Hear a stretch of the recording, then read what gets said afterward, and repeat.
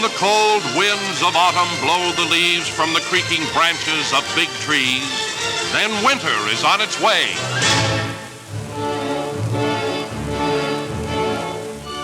Many, many years ago, there lived in a faraway country named Greece a soldier, Artemis, and his little boy, Plino. One day, Artemis took Plino on a hunting trip. When nightfall came, they were far from home. It was warm. Plino and his father found a haystack, and there they went to sleep. Later, Plino awoke. It was black and cold. He reached out to touch his father, but Artemis was gone. Plino heard something moving in the dark. Then he recognized the steps. It was Artemis. Artemis had found some wood. He started a big fire. "Lad," he said to Plino, "we've been caught by winter." Plino moved close to the fire. He thought for a moment. Then he asked, "Why, Father, is it not always summer?" "Well," Artemis said, "I'm not sure I know exactly, but there's an old story.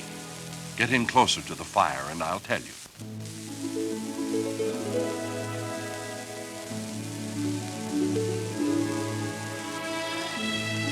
There was a time when all the days were summer days, and the grass was green, the flowers grew, and the birds sang all through the year.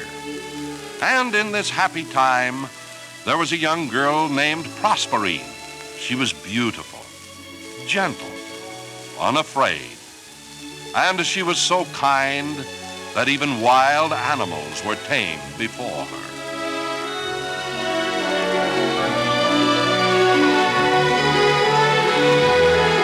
One day, Proserpine wandered far from her home into a strange valley.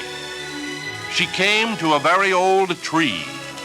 Around its gnarled trunk grew a vine bearing flowers of deep, flashing colors. Proserpine picked some. They were hard to carry, so she took off her cloak and dropped the flowers in it. She was so busy with what she was doing, she did not hear the soft sounds of a huge man who moved quickly, quietly behind her. Then for a second, it seemed to Proserpine that the valley was more quiet than silence itself. She turned.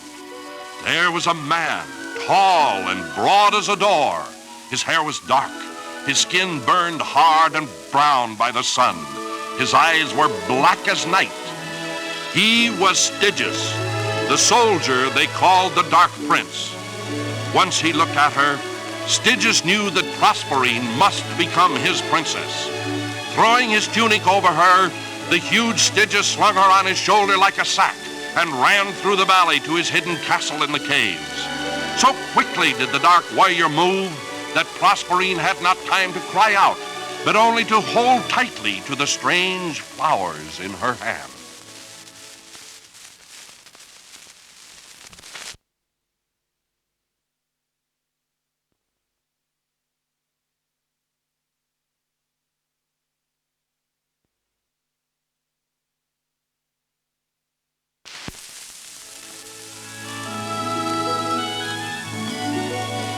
When night came and Proserpine had not returned home, her mother Ceres became worried. She threw on her cloak, took a lantern, and went out in search of her daughter. Morning came. Ceres found herself in a strange valley near a very old tree. There on the ground was Proserpine's cloak with beautiful flowers laid carefully upon it. But Proserpine was gone. Ceres wept for her lost daughter, and as her tears fell to the ground, she cried, "May the earth be cursed and cold. May no flower, leaf, or blade of grass be green again until Proserpine returns to me." And the sun was low in the sky. The land grew cold and no flower bloomed. Ceres never gave up searching for her daughter. One day she stopped before a brook that came from under the big caves nearby. Looking down into the stream, Ceres saw flowers of deep flashing colors, like those from the strange valley. Ceres whispered, "If Proserpine be returned to me, then shall the earth be green again." Finding an entrance to the caves, Ceres quietly crept along the cavern walls. Far in the distance below, she could see the dim lights of the castle in the caves. Her foot touched a loose stone.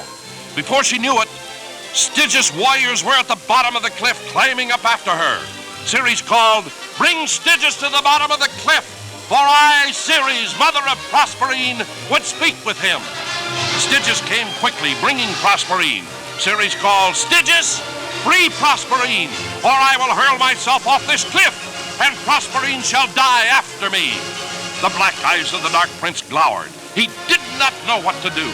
Finally, he said in his rumbling voice, "Half the year Proserpine may be with you, Ceres, but half the year she must be with me." Ceres looked down and saw the pale, beautiful face of her daughter Proserpine. Ceres called after Stygius, "All right, Stygius, half the year with me, half the year with you." And so it was.